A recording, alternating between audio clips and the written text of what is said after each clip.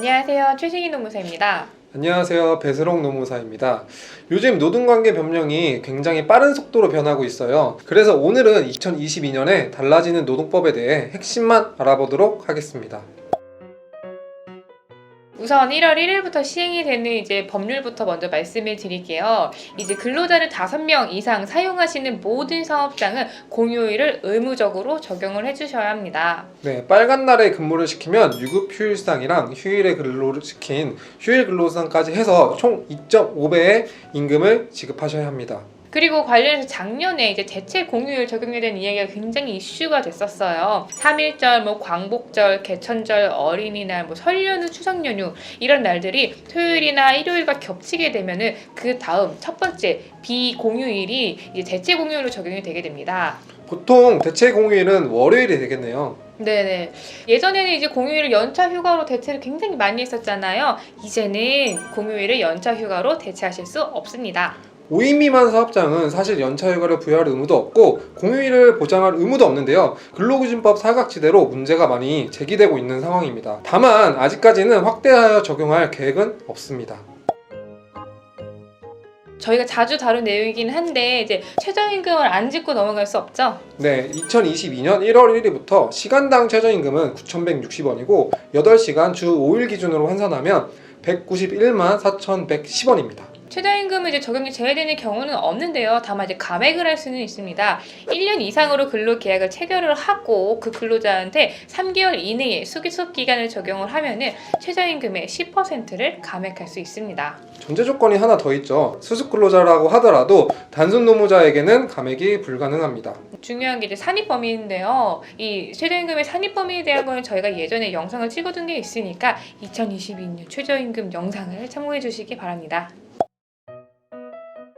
작년에 고용보험 적용 대상이 크게 바뀌었어요. 원래 고용보험은 근로자만 적용이 되는데 노무제공자라고 해서 기존의 특수형태 근로종사자로 분류되던 분들이 이제는 산재보험뿐만 아니라 고용보험도 적용이 되도록 개정이 되었거든요. 네, 맞아요. 당시 개정이 될 때 이제 노무제공 플랫폼 사업자라는 개념도 이제 새로 나오게 되었는데요. 워낙 플랫폼 사업이 이렇게 커지다 보니까 플랫폼을 통해서 노무를 제공한 사람들은 특별히 플랫폼 사업자가 노무제공자에 대한 취득, 상실 신고를 하도록 법이 만들어졌습니다. 그리고 이 플랫폼 사업자와 관련된 게 바로 올해 22년 1월 1일부터 시행이 됩니다. 그래서 플랫폼을 통해 활동하는 퀵서비스 기사나 대리운전 기사는 올해부터 고용보험이 적용이 되고 이제 실업급여와 출산 전후 휴가급여를 받으실 수 있습니다. 원칙적으로 육아휴직급여는 최초 3개월 동안은 통상임금의 80%만큼만 이제 지급이 되고요. 이후에는 50%만큼만 지급이 됐었습니다. 네, 그런데 작년에 아빠 육아휴직을 장려한다는 취지로 두 번째 육아휴직인 경우에는 최초 3개월에 대해 통상임금의 100%까지 보장이 되었고 이후에는 50%가 지급이 되었습니다. 그리고 올해 이제 1월 1일부터 또 추가가 된 게 있는데요. 같은 자녀에 대해서 이제 부모가 동시에 육아휴직을 사용하는 기간이 이렇게 겹치게 된다라고 하면은 육아휴직 급여가 통상임금의 80%까지 지급이 됩니다. 결국 두 사람이 육아휴직이 겹치면 월에 최대 300만 원까지 지급을 받을 수 있는 상황입니다.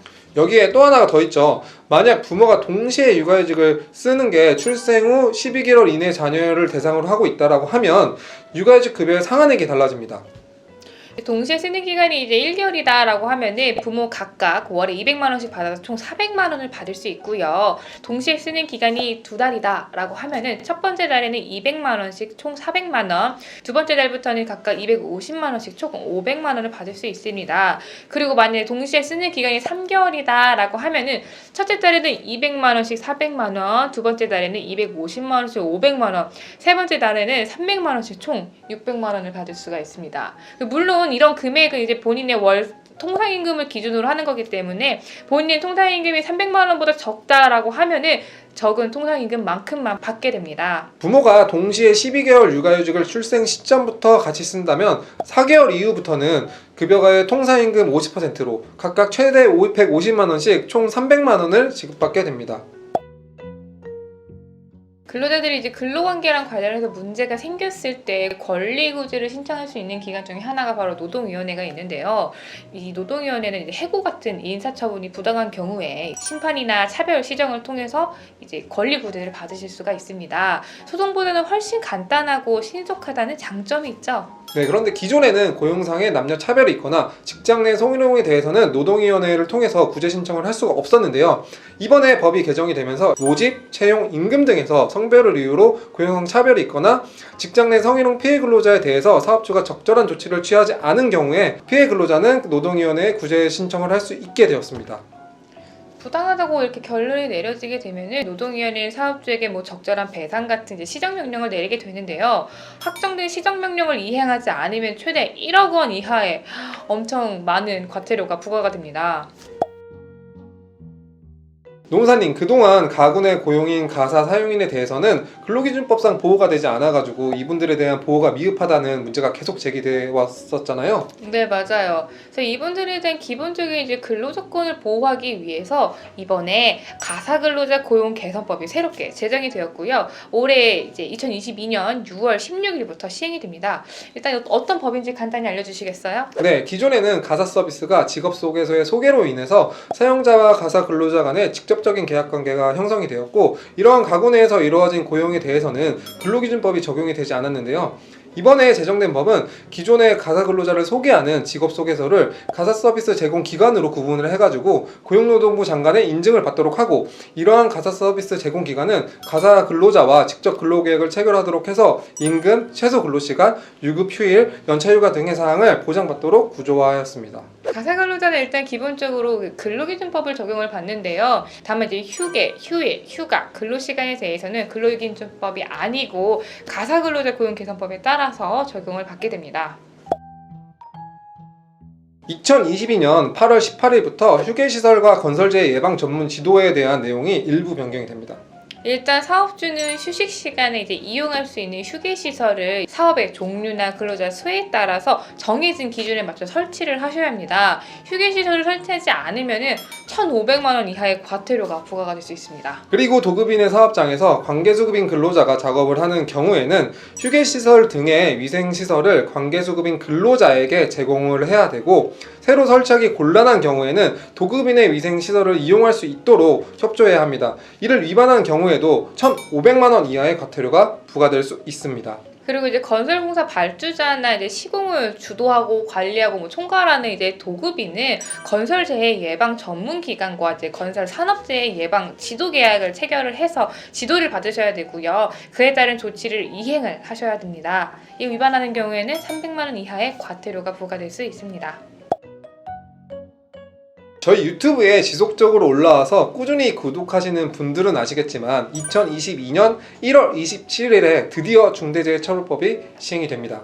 이 중차법에 대해서는 제가 정말 많은 영상을 올려놨어요. 그래서 궁금하신 점이 있으시면 다른 영상을 참고해 주시면 될 것 같습니다. 국가, 지자체, 공공기관의 장애인 의무 고용률이 2022년 1월 1일부터 기존의 3.4%에서 3.6%로 상향 조정이 되었습니다.